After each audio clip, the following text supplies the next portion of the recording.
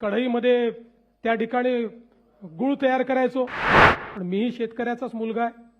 माझ्या घरी वर्षातले 3 महिने मी गावी असायचो. माझ्या गावातले मित्र अजूनही आहेत. गुऱ्हाळ होतं आमच्याकडचं. त्या गुऱ्हाळामध्ये ते गुळ तयार करायचं म्हणून सगळे भावंड आम्ही त्या चिखलात जाऊन त्या ठिकाणी रोवणी करायचो. शेती मातीशी संबंध आमचाही आहे. फक्त आम्ही कधी फार ते सांगत फिरत नाही की बाबा मी कधी फार सांगत नाही. पण मीही शेतकऱ्याचाच मुलगा आहे. माझ्या घरी वडिलोपार्जित शेती आहे. माझे वडील स्वतः शेतकरी होते.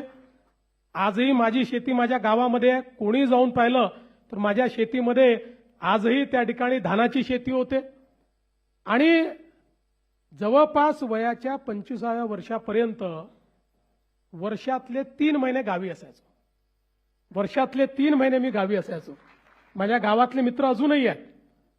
आणि घरी शेती होती, घरी आमराई होती, घरी ऊस होता. आमच्याकडे कारखाने वगैरे काही नव्हते मामा. त्यामुळे आम्ही ते कढईमध्ये त्या ठिकाणी गुळ तयार करायचो त्याच्यातनं. त्यामुळे गुऱ्हाळ होतं आमच्याकडचं. त्या गुऱ्हाळामध्ये ते गुळ तयार करायचं, त्याची राब काढायची, ती राब नंतर मटकीमध्ये ठेवायची, मग ती राब खायची. हे सगळं लहानपणापासून बघितलेलं आहे. आमच्याकडे बगीचा होता. बगीच्यामध्ये सर्व प्रकारचे भाज्या आम्ही त्या ठिकाणी तयार करायचो. त्यामुळे शेतामध्ये गेलेलो आहे, शेती बघितलेली आहे. जेव्हा पावसाळा असायचा त्यावेळी आमच्याकडे रोवणी जी व्हायची तेव्हा भले रोवणे करण्याकरता नाही, रोवणे करण्याच्या बहाण्याने चिखलात खेळायला मिळायचं म्हणून सगळे भावंड आम्ही त्या चिखलात जाऊन त्या ठिकाणी रोवणी करायचो. हे सगळं केलेलं आहे. त्यामुळे एखाद्या रूममध्ये बसून निर्णय घेणारा मी नाही आहे. हे सगळं जवळून बघितलेलं आहे. शेती मातीशी संबंध आमचाही आहे.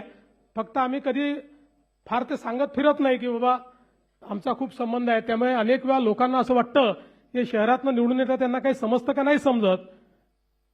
महत्वाचं एवढंच आहे की जोपर्यंत शेतीची अर्थव्यवस्था ही आपण योग्य करणार नाही, जोपर्यंत त्या अर्थव्यवस्थेमध्ये आमूलाग्र बदल आपण घडवणार नाही, जोपर्यंत केवळ शेती नाही तर शेतीच्या नंतर त्याचं प्रोसेसिंग आहे, त्याला योग्य मार्केट मिळवून देणं आहे, त्याचं ब्रँडिंग आहे, या गोष्टी जोपर्यंत आपण करत नाही. आणि म्हणूनच मागच्या काळामध्ये मुख्यमंत्री असताना मी त्या ठिकाणी 2 योजना सुरू केल्या.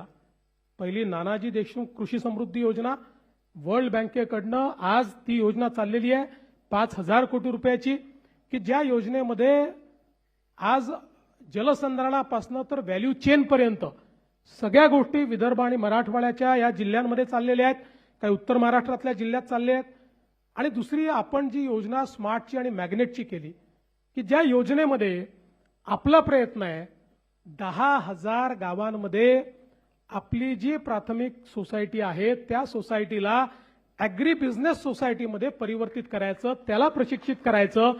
आणि संपूर्ण जी चेन आहे, गोडाऊन असेल, कोल्ड चेन असेल, अशी जी कंप्लीट चेन आपल्याला करावी लागते की ज्याच्यामुळे शेतकऱ्यांना होल्डिंग करता आलं पाहिजे. आज शेतकऱ्यांचा प्रश्न हाच आहे. आपण हमी भाव देतो, हमी भावाने खरेदी पण भरपूर करतो. पण आपल्याला माहिती आहे की जसं कापूस आहे, कापसामध्ये खेळा खरेदी होते, त्या ठिकाणी जाऊन शेतीमध्ये खरेदी होऊन जाते. त्या शेतकऱ्याला लगेच काहीतरी समोरचं पाहिजे असतं, म्हणजे लग्न आहे घरी, काहीतरी सण आहे, त्यामुळे मिळेल त्या भावात तो आलेल्या व्यापाऱ्याला विकून टाकतो आणि मग हमी भावाचा फायदा त्याला मिळत नाही. आणि म्हणून हमी भावाची विक्री होतपर्यंत त्याला ते योग्य ठिकाणी ठेवताही आलं पाहिजे आणि त्याच्यावर त्याला तारणही मिळालं पाहिजे, जेणेकरून त्याला कुठलंही त्यातनं अडचण येणार नाही. अशा प्रकारची व्यवस्था ही आपल्या प्राथमिक सोसायट्यांच्या माध्यमातूनच कशी उभी करता येईल याचं काम आज आपण जवळपास 10,000 गावांमध्ये करतो आणि पुढेही आपल्याला हे काम जवळजवळ सगळ्या गावांमध्ये